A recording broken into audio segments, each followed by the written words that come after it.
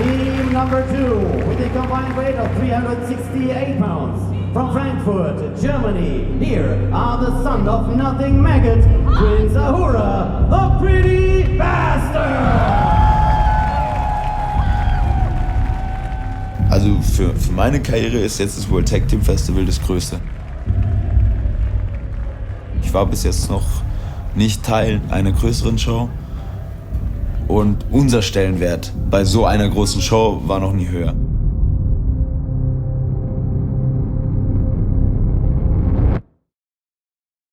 When the sun goes down and the night breathes in like a lion on the prowl, ready for the kill.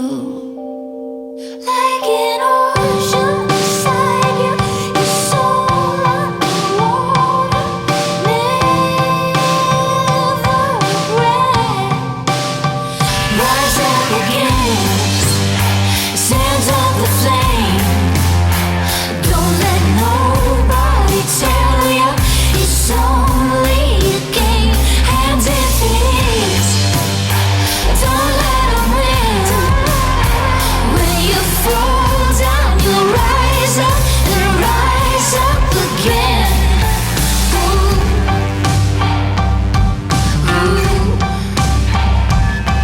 Ooh. Ooh.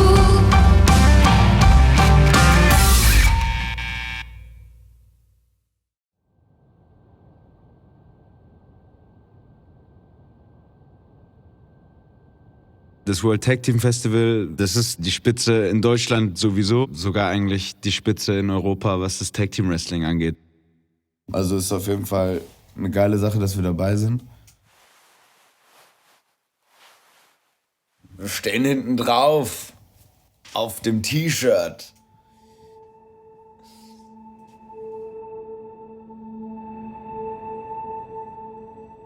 Je weiter wir kommen, desto besser.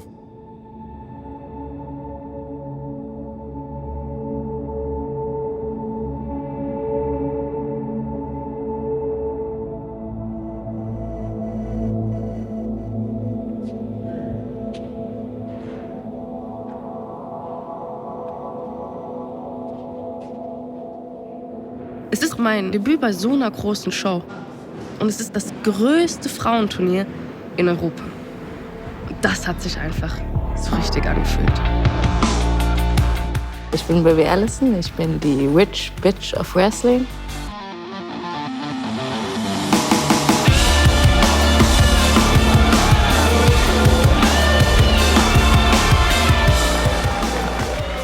Ich habe einen großen Bruder und der hat das damals angefangen zu gucken und war direkt ein großer Fan vom Undertaker.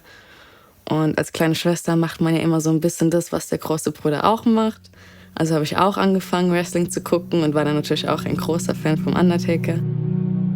Ein paar Jährchen später hat dann eben auch mein Bruder, der Max, angefangen selbst zu wrestlen in Frankfurt, in einer kleinen Promotion.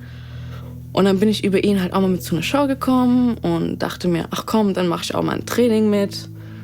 Am Anfang fand ich das Training schrecklich. Ich mochte das gar nicht. Ich mochte nicht, dass mir alles wehgetan hat danach. Ich mochte nicht, wie anstrengend es war.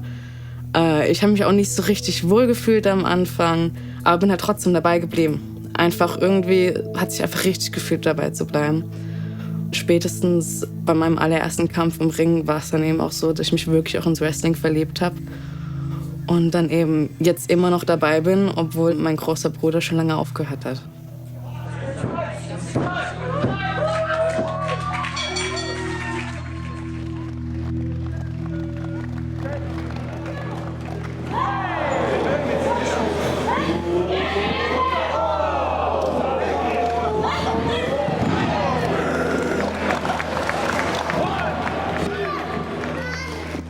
Also war gut soweit, hat Spaß gemacht. Dana ist eine coole Gegnerin, hat super viel Energie, weswegen ich direkt mitziehen musste. So echt das erste Ding, was von der kam, war so PAM! Und ich war so, wow, okay. Hat so richtig viel Spaß gemacht. Hab einen Kick ins Solarplexus bekommen. Ganz kurz mich in meinen Mund übergeben. Ich werde jetzt einfach die nächsten Wochen noch intensiver trainieren, weil mein Moveset muss noch ein bisschen größer werden. Mir fehlt noch ein bisschen Cardio und vor allem fehlt mir die Kreativität immer noch. Und ja, ich hoffe, dass WXW mich bald wieder bei so einem Event einsetzt. Ich bin richtig stolz auf sie, weil sie hat halt in einer kurzen Zeit einen großen Progress gemacht, einen großen Fortschritt. Das ist richtig geil gewesen, das Match. Hat mir richtig gut gefallen so. Und alle wichtigen Leute, sag ich mal, haben gesehen, dass es da einen großen Fortschritt gab. Das, was wichtig war, du hast denen allen gezeigt, dass du dich hart weiterentwickelt hast. Ja. So von ersten Mal WXW bis jetzt, du hast dich hart weiterentwickelt. Aber ey, AJ meinte auch, das war das beste Match, Ja, was er je weißt du, was von dir mir gesehen passiert hat. ist, weswegen ich am Ende dann so ein bisschen... I don't think Baby Allison gets enough credit. And then, like, to be candid and to be perfectly honest, when I first saw her, I didn't think much. I was like, okay, she's training at a school I didn't know of by people I've never heard of, and like, no offense, it kind of shows. But she stuck with it, and like, she got feedback that maybe hurt her, but she didn't let it bury her. She let it toughen her up, and then she put in the work, and then progressively she got better. And then I was like, oh, she's got a good look. And then I was like, oh, that was good, that got better. I was like, okay, cool, like, she can stick with it. And then I saw her improve, and then I worked with her, and while working with her during training, I was like, oh, there's these couple little things that she just corrects and tweaks here, it just makes a whole world of difference in her work. And I gave her a couple little pointers for things for her to do. It was the best match I'd seen her have by far, and she looked like an absolute pro out there. Maggot came up and saw me on the shoulder. He's like, you see, those things you told her to work on, she worked on it. Like, that was great. I was like, that was the best match I've seen her have. There's so many people that like I try to help and I try to teach, and I feel like it's wasted breath. It goes in the head, they either take it or leave it, but it just leaves and it doesn't stick. If I tell her something, she remembers it, she takes it to heart, she holds on to it, it sticks, she works on it. And I think that's the sign of a professional. She should be so proud, and I was very proud of her. Ich muss nicht die beste Wrestlerin sein. Es würde mir wirklich schon reichen, wenn ich einfach dazu beitragen würde, dass sich die Meinung zum Frauenwrestling verändert. Der Markt von Wrestlerinnen in Deutschland ist extremst dünn besetzt. Es gibt einen Stab, ich denke inzwischen gibt es bestimmt 20 Frauen, die in Deutschland wresteln. Aber Frauen, die auf dem Niveau wresteln, dass wir uns das vorstellen, gibt es so gut wie keine. Das inkludiert ganz sicher auch Baby Allison.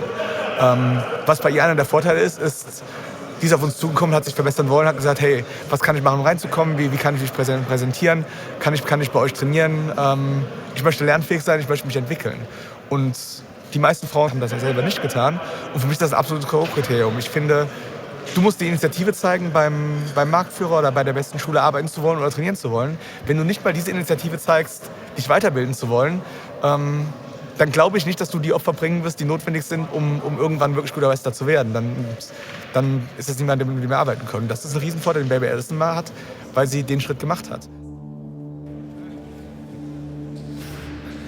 Diese Nervosität ist weg und es wandelt sich halt um jetzt in eine Art von Euphorie. Das Warten wird jetzt schlimm, weil du willst jetzt raus. Zu sein bin ich schon echt cool vor den Matches. Ich zeig dir, wie cool er ist. Was machen wir nochmal das ganze Match? Digga, wir müssen gleich raus. Ach so, ich geh mich mal umziehen. So cool ist der vom Match, der Affe. Ja, ist echt so.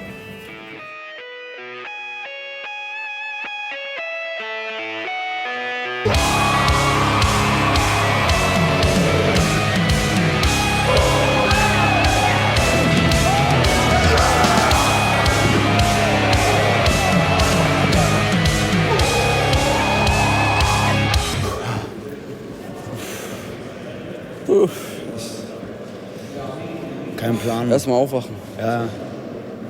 Erstmal wach werden. So. Oh, winners! And therefore, the WXW World Tag Team Champions, Maggot, Prince Ahura, the Pretty Bastard!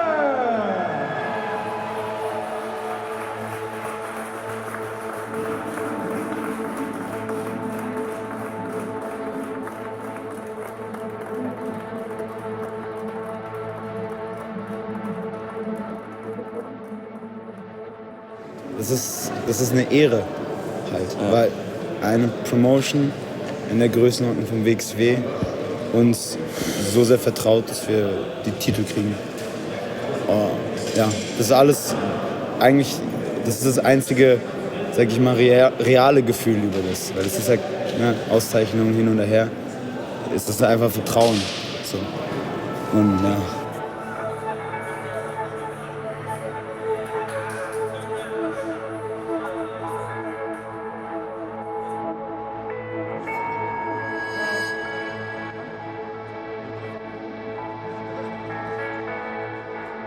Wenn man als Team die WXW World Tag Team Titel gewinnt, dann kann man sich schon fühlen wie die Nummer 1 im Tag Team Wrestling in Europa. Da sieht man einfach das Vertrauen von der Company in den Wrestler und dass der Wrestler die Liga repräsentieren kann und auch einen Champion widerspiegeln kann. Wo ist Ahura? Ich schlag ihm in die Fresse. Das gibt's doch gar nicht. Jetzt gewinnen wir die Titel, der fickt mich trotzdem. Einerseits ist das natürlich ein Auftrag, andererseits hast du aber auch was gewonnen für die Leute nämlich selber, weil Wrestling lebt ja auch vom Moment. Und in dem Moment hast du in der Öffentlichkeit und offiziell jemanden besiegt und damit diesen Gürtel gewonnen, diesen Titel gewonnen. Diese Emotionen kommen natürlich auch hoch, ja. Und es vermischt sich immer, finde ich, mit diesen realistischen Emotionen, was ich beim Wrestling cool finde. Also zum Beispiel, die Fans sehen, irgendein neuer Wrestler kommt hoch, der gewinnt nach recht kurzer Zeit und vielen harten Kämpfen den Heavyweight-Belt und die Leute gönnen es ihm einerseits von Herzen, weil er die super unterhalten hat über die letzte Zeit und die Promotion mitgetragen hat. Und andererseits ist natürlich auch diese Euphorie von, er hat überraschenderweise jetzt einen besiegt. Und das vermischt sich und das gibt dann halt immer so krasse Reaktionen, ob gut oder schlecht halt. Immer ein Mix. Also bei Wrestling ist das immer so. Also ich habe das so, vor dem Match ist eine Aufgabe. Ne, wir müssen hier ein gutes Match abliefern, aber wenn wir rausgehen, wir sind die Champions. Also ist mir alles scheißegal. Ich bin der hochnäsigste Typ, Mann. Ich bin der scheiß Champion. Benimmt euch. Das ist einfach, ich fühle das.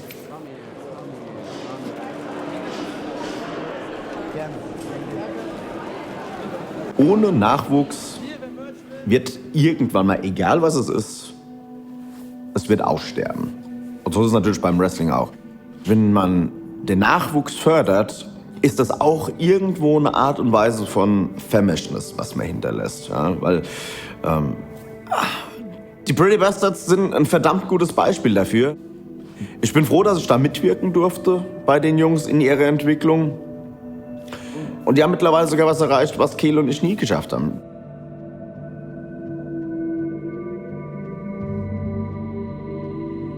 Hat uns natürlich sehr gefreut, die Nachricht. Am ersten dachten wir natürlich, jetzt kommt der Höhenflug aus der Hölle. Aber nee, also natürlich freut uns das. Es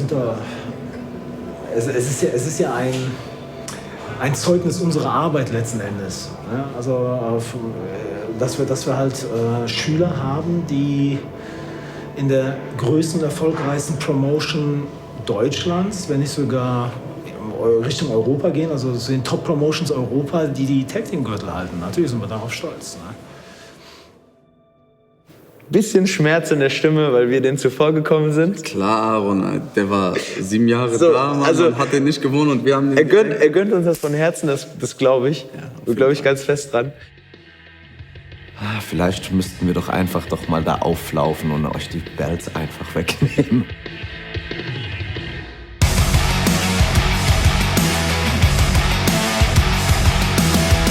Auf der einen Seite hat man sich mega gefreut, auf der anderen Seite kommt wirklich die Frage: Kehl, wollen wir jetzt die Schuhe direkt in den Froster stellen und es gut sein lassen, oder was sollen wir denn jetzt denen noch Gutes tun?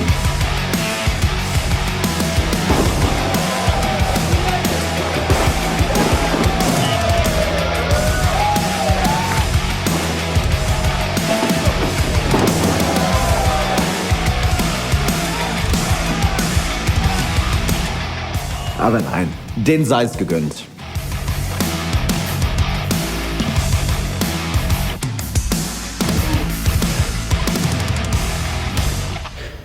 Aber so ein bisschen Abfuck ist dabei. Diese Tag-Team-Titel, die die jetzt bei WXW tragen, das bringt Verantwortung mit. Das sind ab sofort Repräsentanten für Deutschlands größte Wrestling-Promotion. Das heißt, die Jungs werden auf Poster gepackt, die müssen abliefern, die müssen da sein. Hier oben da sein und auch physisch da sein.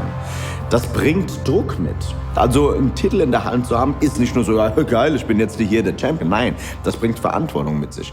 Und das hoffe ich hoffe, dass die beiden das tragen können.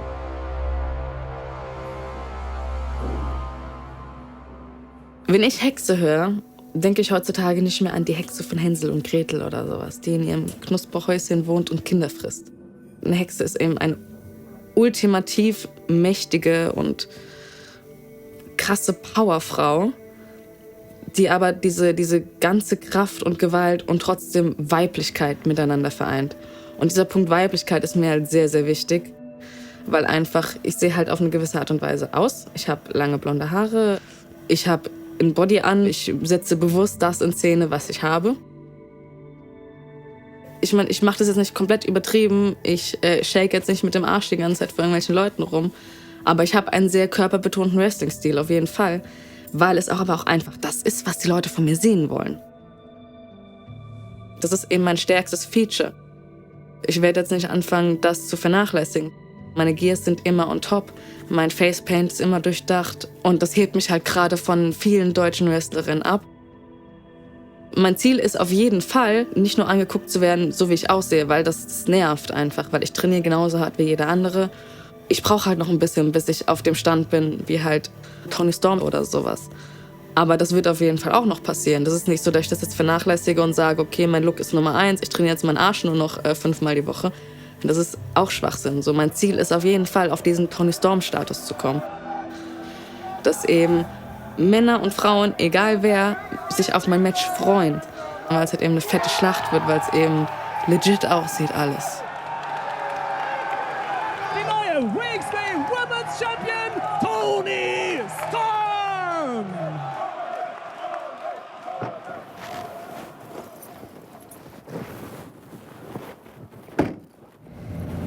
Ja, ich bin um 3:30 aufgestanden, weil ich Maggot noch waxen musste und mein Sidecut noch rasiert werden musste für die Shows jetzt am Wochenende.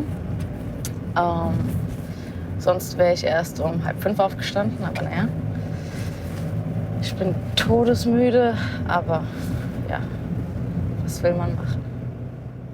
Ich wohne jetzt seit ein bisschen länger als einem Jahr mit Allison zusammen, hier in der WG. Unsere Beziehung zueinander ist auf jeden Fall viel enger geworden. So, ne? Also Bezugspersonen sind wir jetzt füreinander auf jeden Fall. Gehört auch zum engen Kreis. Also Laura ist halt auch genauso dann auch mit Jan befreundet, ja, mit Arman genauso. Mit Jay und Ahura, keine Ahnung, was ich hier sagen soll, ist egal. Mit Aaron auch, ne? Also ja, das schweißt einen ziemlich zusammen so. Ich schaue mir meine neue Motivation meistens bei Maggot. Weil dann erzähle ich ihm halt davon, was eben bei mir halt gerade alles abgeht, was halt alles schief geht.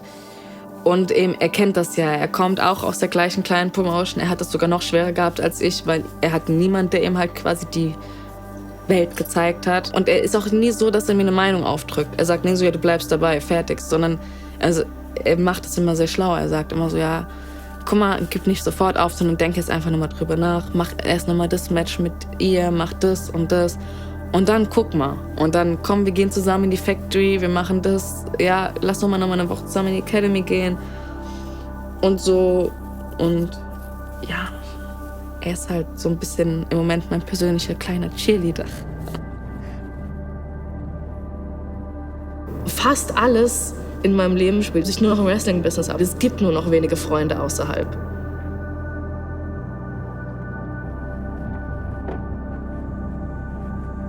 Es ist auf jeden Fall ein Riesenunterschied, ob man jetzt aufsteht, weil man zu einer Show fährt oder weil man zu seinem Job fährt ins Fitnessstudio. So wie ich das mitbekomme, haben die meisten Leute natürlich noch einen Job neben dem Wrestling. Nicht alle haben halt das Pech wie ich, weil ich habe mir jetzt echt einfach was Dummes ausgesucht, muss ich ganz ehrlich sagen. Die meisten haben sich einfach von Anfang an einen Bürojob ausgesucht, wo du von maximal Montag bis Freitag arbeitest. Das heißt, du hast deine Wochenenden frei Und dementsprechend haben die nicht das Problem, dass sie sonntags dann früh arbeiten müssen, obwohl sie samstags abends eine Show geworkt haben.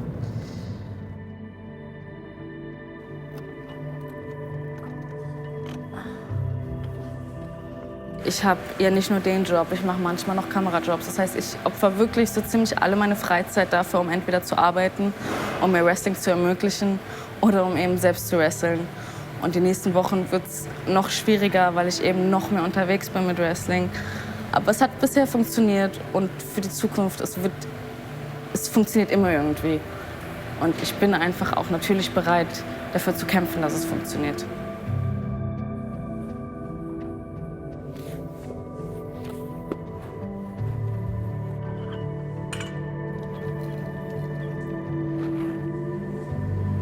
Hi.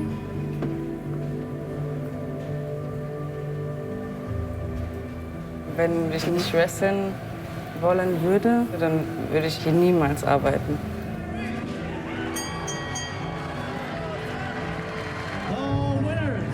Nach dem Titelgewinn bei der WXW sind wir, glaube ich, dem Ziel näher gekommen, mit besseren Leuten zu wresteln, aber noch nicht dem Ziel näher gekommen, davon zu leben.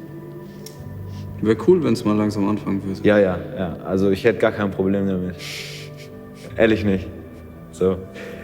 Es ist einfach so, ich weiß nicht, aber ich würde mich fühlen, als hätten wir im Lotto gewonnen.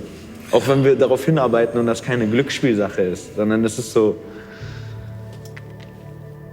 dieser Moment, ich glaube, wenn das passiert, wäre so dieses, und jetzt?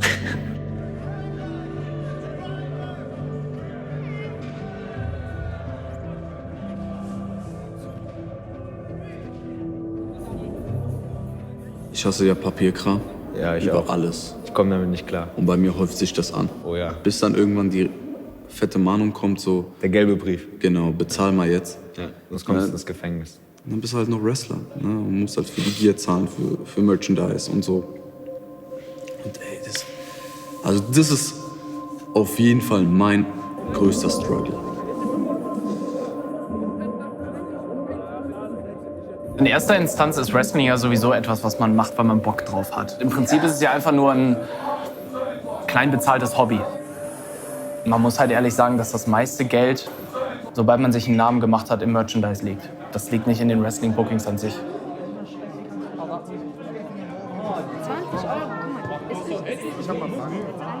Kann es sein, dass du an einem Abend mal mit 200-300 Euro nach Hause gehst, obwohl du nur ein 5-Minuten-Match hattest oder vielleicht sogar gar keins. Plus dann eben noch deine Gage. Hey, cooles Match. War wirklich schön anzusehen. Dein Make-up auch mega. Und die Kontaktlinsen, also das macht einen beinahe wahnsinnig. Ich hätte gerne, dass du schon den M-Wender hast. Wenn du halt gerade erst anfängst, wirst du für deine Bookings nicht bezahlt. Aber ab einem gewissen Punkt muss man sich einfach seinen Wert bewusst sein und auch sagen, okay, ich gehe nicht mehr ohne Gage in den Ring, weil sonst wird es ausgenutzt. Es gibt Promotions, die verlangen unglaublich viel von dir und wollen dir nicht mal einen Fuffi zahlen oder so, weil sie gerade knapp sind. Und sind dann beleidigt, wenn du dich darauf nicht einlässt, weil man kennt sich ja vom Frühjahr. Sag ich, ja, aber ich will ja wohin. Ich mache das ja nicht zum Spaß, es ist meine Arbeit. Wirklich professionell mache ich seit Anfang 2018. Deswegen ist mein Preis auch jetzt noch nicht so hoch. Ich will da hinkommen, dass ich davon lebe, aber es wird sowieso noch dauern, bis ich da wirklich Geld mit verdiene. Ich habe jetzt dieses Jahr 3 Auslandsdebüts in Österreich, in England, in Holland. Und ich hoffe, dass es nächstes Jahr noch mal mehr wird und vielleicht die Gagen auch noch mal einen Ticken höher werden. Und trotzdem bin ich immer noch unzufrieden, weil irgendwie will man dann doch einen Ticken mehr. Dann stört einen doch noch das eine freie Wochenende, was man hat. Oder den einen Samstag, wo dann die Freunde dann wresteln können und man selbst zu Hause sitzt und sich denkt so, ach schade, eigentlich hätte ich heute auch gerne was gemacht, aber vielleicht bin ich nicht gut genug, weiß ich auch nicht. Es hat Gründe, dass es eine ganze Menge mehr sich schnell entwickelnde Wrestler als Wrestlerinnen in Kontinentaleuropa gibt, weil es nicht viele gute Wrestlerinnen in Kontinentaleuropa gibt. Das heißt, damit sich ein Wrestler unabhängig vom Geschlecht entwickeln kann, muss er oder sie mit guten Leuten im Ring stehen. Das heißt, wir haben zu einem gewissen Zeitpunkt gesagt, wenn wir den Wrestlerinnen die Chance geben wollen, sich zu entwickeln, dann müssen sie aktuell zwangsläufig gegen Männer antreten, weil sie sonst überhaupt nicht die Vielfalt an guten, qualitativ fundierten Gegnern haben können. Wenn wir das nicht machen, dann werden wir eine Situation haben, in der ganz, ganz viele Wrestlerinnen nicht die Qualität haben werden, um bei uns anzutreten und wir Stück für Stück immer weniger Frauen buchen werden und ihnen damit die Chance wegnehmen. Rein theoretisch, ich brauche einmal den Moment auf jeden Fall, wo ich mein T-Shirt ausziehe, die Straps runter mache. Aaron hat mal gesagt, dass wir eine Leistung erwarten, die wir noch nicht erbringen können, weil wir noch nicht auf dem Punkt sind. Und dass wir deswegen halt nie mit dem zufrieden sind, was wir machen. Ich vertraue einfach Aaron extrem. Ich liebe es, mit ihm zusammenzuarbeiten. You're the real tough cookie with a long history of breaking little hearts like the one in me. That's okay. Let's see how you do it. Put up your dukes. Let's get down to it. Hit me with your best shot. Why don't you hit me with your best shot? Mit Männern generell zu arbeiten ist insofern einfacher, weil die können sich halt viel mehr ausheben. Meine Moves sehen plötzlich 10-mal krasser aus. Das Match wirkt einfach ein bisschen härter als gegen eine Frau. Hit me with your best shot. Why don't you hit me with your best shot? Fire away. Fire away.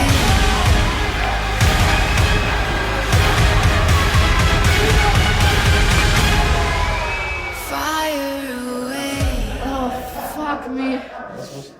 Mein Arm hat sich durchgebissen. Ich bin beim Spear, ist irgendwie unter Aaron gekommen. Als Aaron draufgegangen ist, hat er sich einfach so durchgebogen. Ich glaube, dass ich gesagt habe, ein Match ist ganz geil gewesen, hatte ich noch nie. Ich hätte es halt auch mal gern von mir, dass ich so aus 2, 3 Matches hintereinander komme und sage, war ganz geil. Schwierigste, was mir mal passiert, bist du drunter gekommen beim Spiel? Ja. Geht, oder? Ich hab Angst bekommen vor die ganze Zeit. Ja, das war ja Angst vor den Tags. Über Aaron, da kann man sehr viel erzählen, weil Aaron hat das ja irgendwo alles ein bisschen mit gestartet, ne? Der hat uns auf jeden Fall so die erste Plattform gegeben, uns zu präsentieren und Kontakte zu knüpfen. Also das verdanken wir auf jeden Fall Aaron.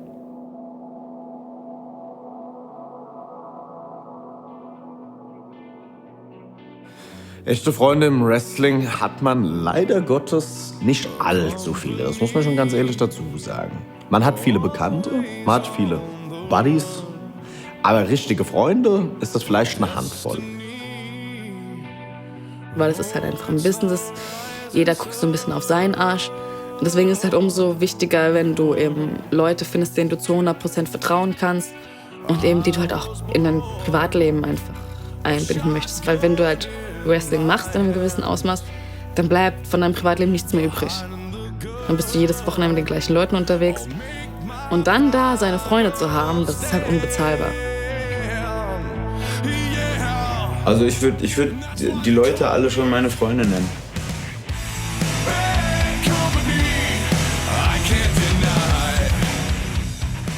Arman ist ja sowieso meine bessere Hälfte. Aaron hat dabei halt noch mit uns 3 trainiert, ne?